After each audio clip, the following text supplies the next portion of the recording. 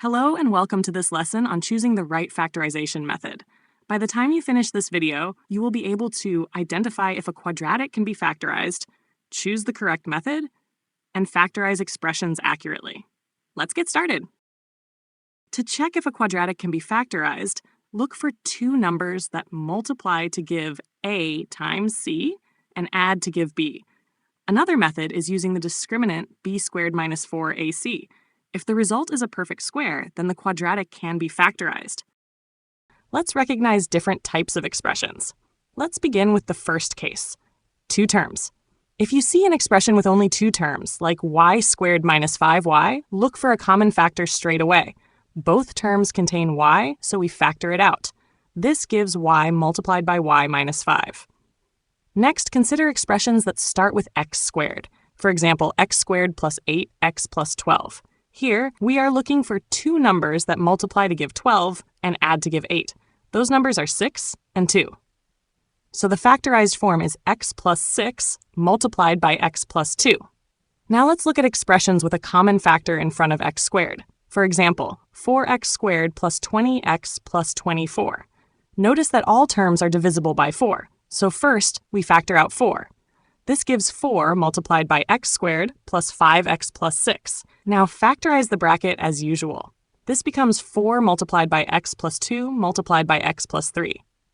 Now what if there is no obvious common factor? For example, 2x squared minus 7x minus 4. In this case, we use methods like grouping or inspection.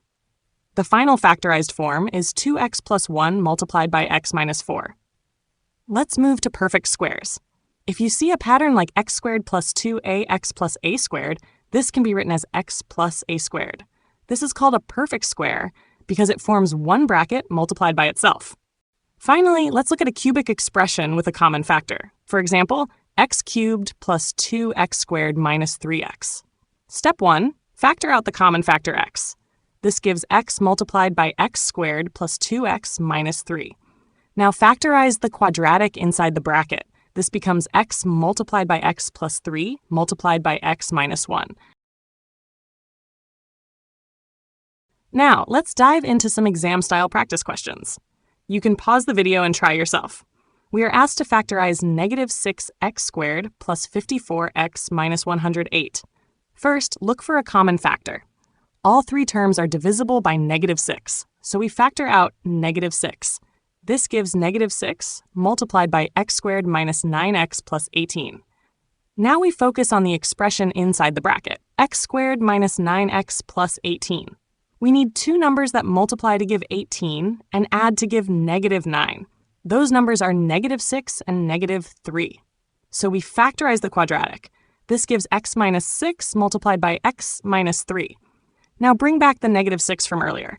So the full factorized expression is negative 6 multiplied by x minus 6 multiplied by x minus 3. So the final answer is negative 6 multiplied by x minus 6 multiplied by x minus 3. And that's it. Always check for a common factor first, then factorize the quadratic inside.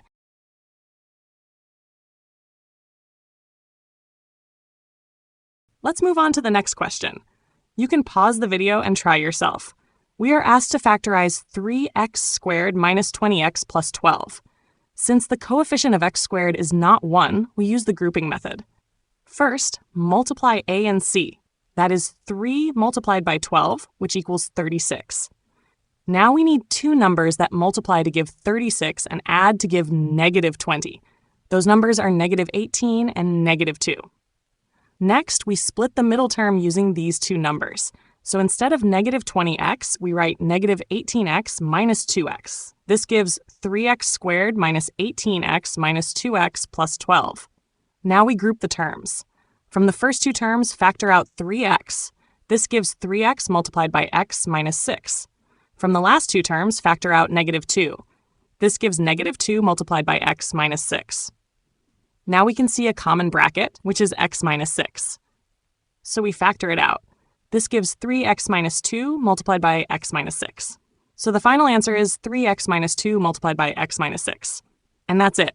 When the first coefficient is not 1, multiply a and c, split the middle term, then group. Let's go through and question where there is no common factor. You can pause the video and try it yourself. We are asked to factorize 2x squared plus 3x minus 2. First, check for a common factor. There is no number or variable that divides all three terms, so we move to the next method. Now multiply a and c. That is 2 multiplied by negative 2, which equals negative 4. Next, find two numbers that multiply to give negative 4 and add to give positive 3. Those numbers are positive 4 and negative 1. Now split the middle term. So instead of 3x, we write 4x minus x. This gives 2x squared plus 4x minus x minus 2. Now group the terms. From the first two terms, factor out 2x. This gives 2x multiplied by x plus 2. From the last two terms, factor out negative 1. This gives negative 1 multiplied by x plus 2. Now we have a common bracket, x plus 2. So we factor it out. This gives 2x minus 1 multiplied by x plus 2. So the final answer is 2x minus 1 multiplied by x plus 2. And that's it. When there is no common factor, multiply a and c, split the middle term, then group.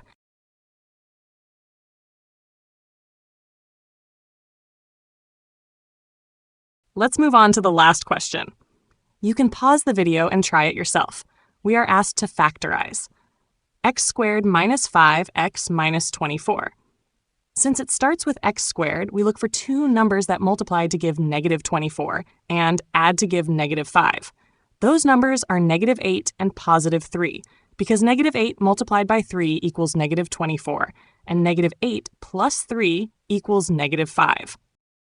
So we write the factorized form as x minus 8 times x plus 3. That's our final answer. And that's it. When it starts with x squared, just find two numbers that multiply to give c and add to give b. Factorization becomes simple when you choose the right method. Spot the pattern and the solution reveals itself.